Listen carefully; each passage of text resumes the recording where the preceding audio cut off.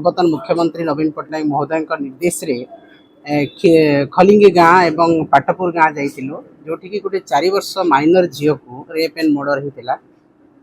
तो प्रत्येक दिन आपण मैंने देखुं केवल गंजाम जिले में नुह सारा ओडिशा रे जो दिन ठू भारतीय जनता पार्टी सरकार है ये 10 मास भितर प्रत्येक दिन खबर कागज शिरोनाम बाहर जे महिला माइनर गर्ल को महिला को गण दुष्कर्म होची, महिला मान को दुष्कर्म होची, कहार मर्डर होची एवं कहा को अपहरण करा जाउची। प्रत्येक समय आपण माने खबर कागज रे पढुथिबे एवं जहा कि अत्यंत जघन्य एवं अमानवीय संवेदनहीन खबर प्रकाशित होची एवं केवल राजधानी रे नुह राजधानी रे नहीं कि कोरापुट भलिया दुर्गम अंचल रे मध्य ही भलिया कांड सब घटुची जो ठीक आमे देखा पाइलु जे महिला माने सबुठु बेसी असुरक्षित होती।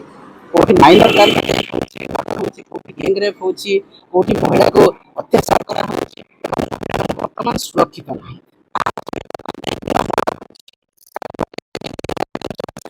मर्डर होची, अटेम्प्ट मर्डर होची, कोठी राहजानी होची, चोरी होची, डकायती होची, गली गली रे मद बिक्री होची जहा कि अनकंट्रोल। तो यही सबू कथा जिते बड़े महिला माने असुरक्षित, जिते बड़े साधारण नागरिक असुरक्षित, जिते बड़े यही समाज रे गुंडागर्दी दादागिरी दुष्कर्मकारी संख्या बढ़ी बढ़ी जाउछि।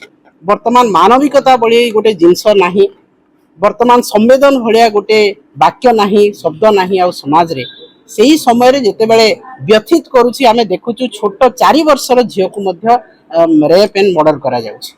तेणु आज बिजु जनता दल रु आमे प्रतिनिधि मंडली आसीथिलु ह्यूमन राइट्स कमिशन पाखकु जे आईन श्रृंखला संपूर्ण भाव में ओडिशा विपर्यस्त होईछि एवं प्रत्येक दिन जो माइनर गर्ल को रेप एंड मर्डर करा होछि, जो माने महिला मान को दुष्कर्म करा जाउछि तार पुंखानुपुंख तदंत करा जाउ एवं ह्यूमन राइट्स कमिशन निज आडू ताको केस को धरंतु एवं आलोचना करंतु, तदंत करंतु एवं दोषी को कठोर कठोर दंड दिया जाउ एवं दृष्टांतमूलक दंड दि जाऊ जो गोटे क्राइम करने भय हे। फास्ट ट्रैक कोर्ट रे से केस को पका जाई ताकू तुरंत दंड विधान करा जाऊ।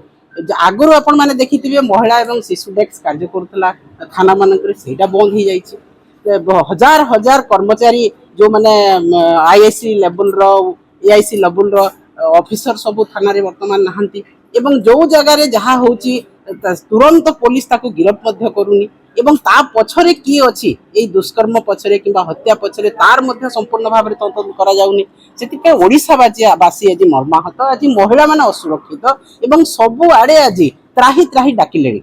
समाज रे जो गुंडागिरी बढ़ुची त्राही त्राही लोक घरे मध्य सुरक्षित नुहंती, महिला माने बाहर जाई कि मेला जानी यात्रा रे महिला माने सुरक्षित नाहंती। तेणु आज आम सबू कथा को ओडिशार आईन श्रृंखला विपर्यस्त जो होईछि ताकू नेकी आम ह्यूमन राइट्स कमिशन पाखु आइथिलु एवं तांको निवेदन करिछु से निज आडू तदंत भार नियंतु एवं ओडिशा रे जो आईन श्रृंखला परिस्थिति विपर्यस्त होईछि ता तदंत करि से बुझंतु। ता सहित जो महिला माने असुरक्षित, महिला मानकर प्रति जो दुर्व्यवहार होची, दुष्कर्म होची, गैंगरेप होची, मर्डर होची ताकू मध्य से तदंत भार निजे ग्रहण करिके महिला मान को से सुरक्षा दियंतु, महिला मान को न्याय दियंतु एवं जो माने जघन्य कांड करूछंती तांको कठोर दंड पाई दृष्टांतमूलक दंड विधान करिया पाई से गवर्नमेंट को रेकमेंड करंतु एवं निज आडू से तदंत भार। मैडम समान प्रसंग कांग्रेस 3 मास तळे उठैतला, आपण एते लेट करले काहे? आमे आगरु 10 मास रु जो दिन प्रथम भारतीय जनता पार्टी सरकार हला सेही दिनठू आपण देखिथिबे आमे जाइतिलु कुचिंडा जाइतिलु, सुंदरगढ़ जाइतिलु, संबलपुर जाइतिलु, बरगढ़ रो केस आमे प्रत्येक दिन ए केस सब उठाउ। मुख्यमंत्री का बासभवन करूछन्ते, आपण केवल कमिशन विभिन्न जगह रे फैक्ट फाइंडिंग करूछन्ते।